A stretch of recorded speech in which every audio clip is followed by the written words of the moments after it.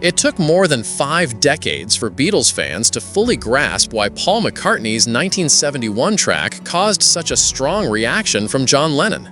The legendary band, formed by John, Paul, George Harrison, and Ringo Starr, rose to stardom in the United Kingdom in 1963, and their fame quickly spread globally by 1964.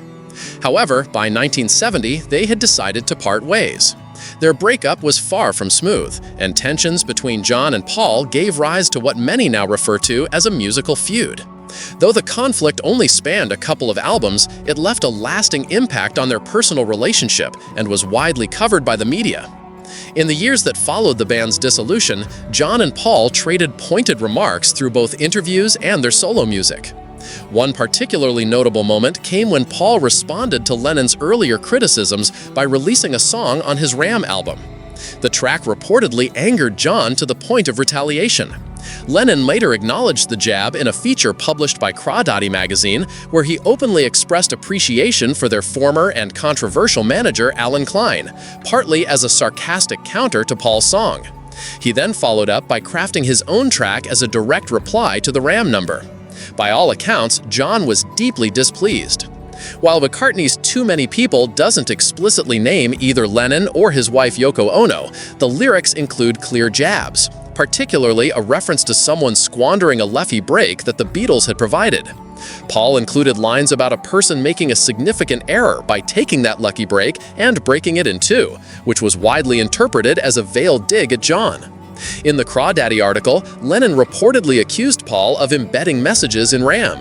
He questioned the cryptic lyrics, wondering aloud about phrases like "too many people going where" and "what was our first mistake," suggesting that he, Yoko, and several others had all picked up on the same underlying message. John also sarcastically thanked Alan Klein for inspiring the lyric "Just Another Day," implying that it was a subtle shot disguised as a poetic line. He described the track as something like an angry letter put to music and implied that critics who failed to see the humor in it were missing the point. Over 50 years later, discussions around the feud have resurfaced online. On Reddit, one user reopened the topic by asking why Lennon had reacted so strongly to Too Many People. In response, one fan theorized that Paul had essentially told John to back off, criticized him for being overly preachy, and signaled that he no longer needed Lennon, especially now that he had Linda McCartney by his side. Another commenter agreed, suggesting that the song was Paul's indirect way of telling John to get lost.